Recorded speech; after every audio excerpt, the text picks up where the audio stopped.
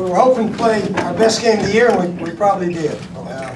Defense was sensational all night, great effort, staying after them and so forth. And offensively, we did enough good things here and there to run for over 200 yards and pass for the exact amount. So that's sort of our formula for winning. About 20 passes, that's what we threw.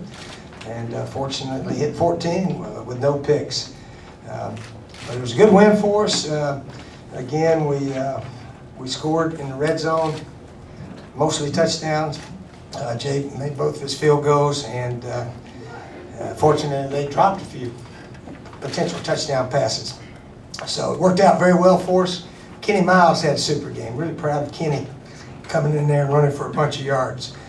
Brandon just got off to a little slow start, I don't know, and we felt like let's give Kenny a shot in there. So he had some good tough runs, as well as Connor running for all those yards. So it was just a wonderful win for us. Glad to get win number 10, and it's been a very good year for us. And now we realize we got a chance to win 11, so we can shoot for 11 whoever we play in the bowl game. Any questions? Steve, a little more on Kenny. Brandon Wiles wasn't hurt or anything. He was just. Nah, he just seemed like he was running into guys. Just wasn't quite as elusive as maybe we thought we could be. And Kenny deserved a shot to play. So I'm not afraid to put the next guy. None of us are afraid to put the next guy in there if one seems to be struggling a little bit. But Kenny had some really nice runs there. Brandon did okay. It was just, let's see what Kenny can do in there. With Kenny, he did get honored for Senior Day. I mean, does this maybe change his thinking a little bit? Might he go back? It may. It may. I said, you may go through Senior Day twice. And he sort of smiled and said, yeah, I may do something like that. So, but I'll let you guys ask him about that. Yeah, but I did mention that to him. Yeah. Steve, you ran over and got the game ball right afterward. What was the significance of this? The 10 wins? The well, the ref was, I don't know, the ref was walking off with it. I said, heck, I might as well grab it. Nobody else seemed to want it, so I just grabbed it from him. Yeah, I like to fix them up. Yeah, the 10 wins is, it's neat to beat Clemson because they've, I guess, historically had owned South Carolina. I guess they don't own us right now, that's for sure. But mainly the 10 wins. We really talked about winning 10 more than we talked about beating Clemson. Got to beat Clemson. We really, I hope our fans have come to the conclusion that to beat your rival, hating them is not the answer. Hating them and trying to kick their tails and all that is not the answer. The answer is playing the way our guys played tonight. Full speed, very few mistakes here and there, and play the game the way it's supposed to be played. And that's really why we've managed to win the last 3 against these guys. It was sort of interesting. Out there in pregame warm-ups, I talked to Dabo and I talked to one of the referees. They were out there in case they needed to referee pregame warm-ups. When some of these rivals, I saw Georgia and Georgia Tech guys mouth off with each other in midfield. And I said, you won't have to worry about our guys. And we get along well with Clemson. And Dabo said the same thing. He said, yeah, there's no fighting. We're trying to play football. So I think that shows our rivalry is a good one, with respect for both opponents, respect each other nicely. Coach, you get 10 wins on the year, you sweep the East, you're not playing for the SEC championship. Can you still talk about how the mentality of your team is right now after this big win? Well, we set a lot of goals, and we did not win the East. We tried, it didn't work out. We regrouped. We had a goal to win 8, win 9, and win 10. And we didn't set one to win 11, so we're going to set a new one when we meet back up Monday, is to win 11. That one was not on our list, but we just kept going after the goals in front of us, and had to give Georgia credit. They won, 9 or 10 in a row, so they could give LSU a good game next week. It'll be interesting. Steve, talk about the pass to Bruce Ellington, and do you think his performance tonight is enough for him to come back next year? Well, he was smiling in the locker room. I think Bruce really enjoys playing both sports, and I really think he can play both. I know it may take a toll on him a little bit, But I told him right after the game, you know, you're free to go Monday or tomorrow. Really, I think they're out of town till Monday. But he told me they'd play, I think, Thursday night, so he'll be ready to go Thursday night. And I know he hadn't practiced basketball, and it'll take a while to get his hands, you know, used to that ball and shooting and this, that, and the other. But after a week or two, I think he'll be back in basketball form. The touchdown. Yep. The touchdown was just a heck of a play by him and Connor. It was 3rd and 6, I think, and we had a little drag route with a tight end and another guy over the middle. And just in case they didn't have anybody deep, we had Bruce going deep. And I was sort of looking in here, and Connor stepped up and let it go and hit him on the dead run. That might have been one of our prettiest plays all year. Might have been the best long ball we've hit all year. So that was a huge play right there. And Ace came in, made a few plays. Alshon made a few, and the O-line played pretty well, very well. Steve, a couple of weeks ago, you said you weren't particularly in love with the type of offense that you were running, that you were winning. Are you a little more in love with it now, the way it was operated tonight? Well, the results are good, and when you have a good defense, certainly running the ball more than throwing is what you should do, and that's what we've been trying to do.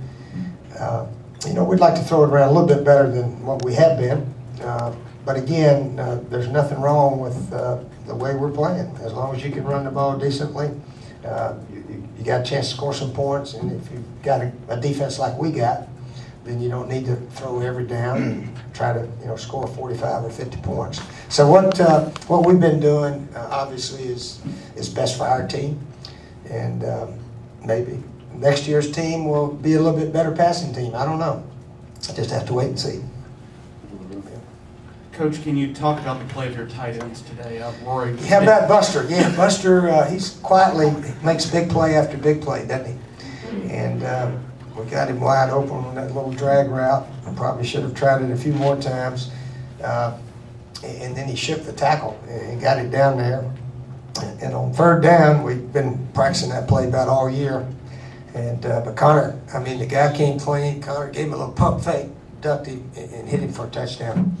I mean, that's just, that's kind of stuff you can't coach. That's just Connor being a ball player. And, of course, Buster, I don't know how many catches he's had this year, but I think about 3 of his 6 are for touchdown or something like that. He's got a chance to be a very good tight end for us. Good blocker, too. And so Justice be a senior next year. Justice had an excellent game, as he always does. So those 2 guys have played the whole year without any injuries at the tight end position. Our 3rd tight end is a walk-on kid, Peyton Brady.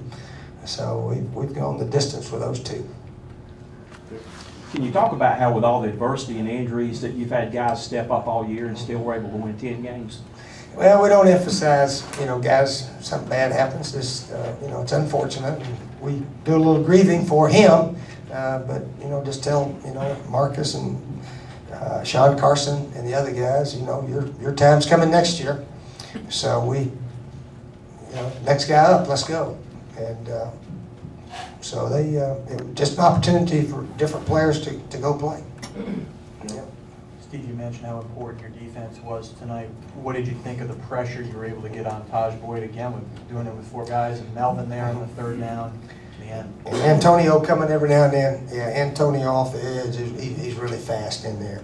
And of course, Clowney got some pressure. Devin, Melvin, I think, had another excellent game.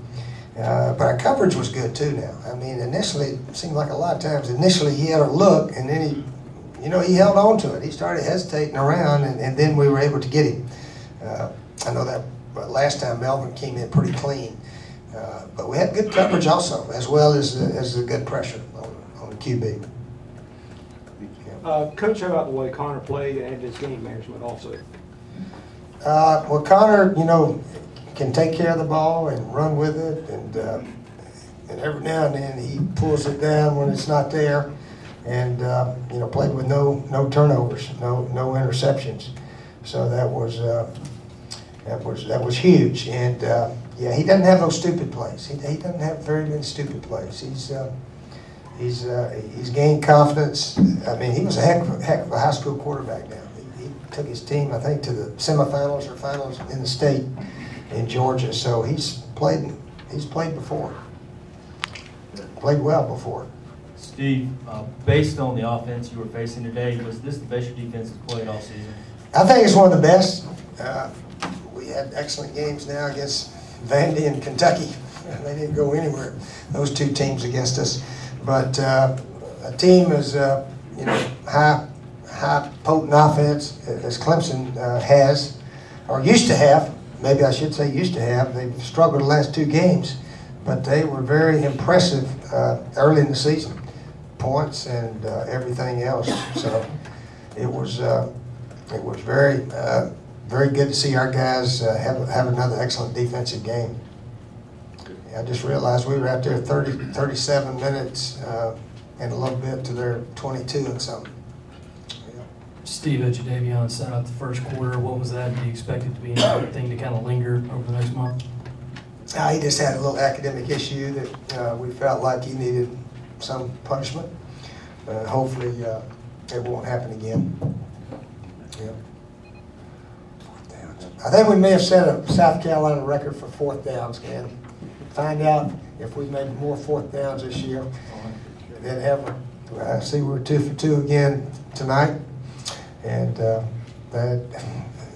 that's something unusual for me. I'm not usually going for this many. We didn't go for 5 or 6 last year, I think, and now we've maybe gone for near 30, I think, something like that. So that might be a record right there. Somebody look up. Fourth down conversions. Led to touchdowns, I think. Both. Well, the last one there did, the game didn't, but that was neat to go ahead. And I figured our punter may not get it out, or it may only go 20 yards, so we might as well go for that last fourth one.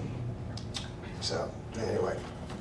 Steve, several of the big plays that Connor made in the passing game looked like plays where most of the year he would have already taken off and been running by that point. How nice was it to see that get through? You know, him make that step. Yeah, he still can get it out a little quicker at times. But in fact, the last one to Alshon, I said, "What took you so long to throw that?"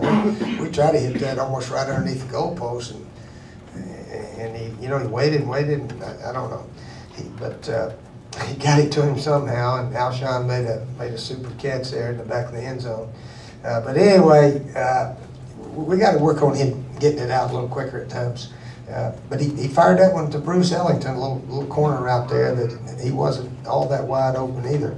So we hit some balls there in the second half. Coach, Alshon went out and, well, I believe a left-hand injury early in the game, and he come back and obviously had a great catch there at the end. You just kind of referenced what an exclamation point. How do you feel about the way he played in that catch in general?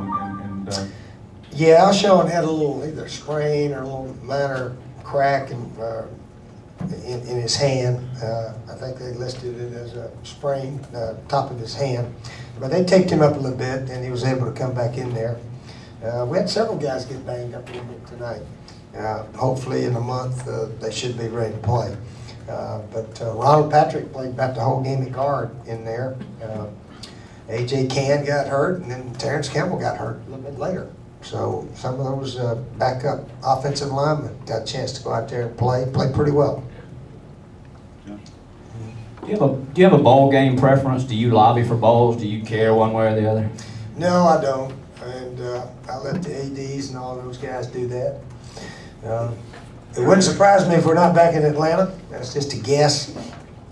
And if it happens that way, that'd be fine. Those people are really super.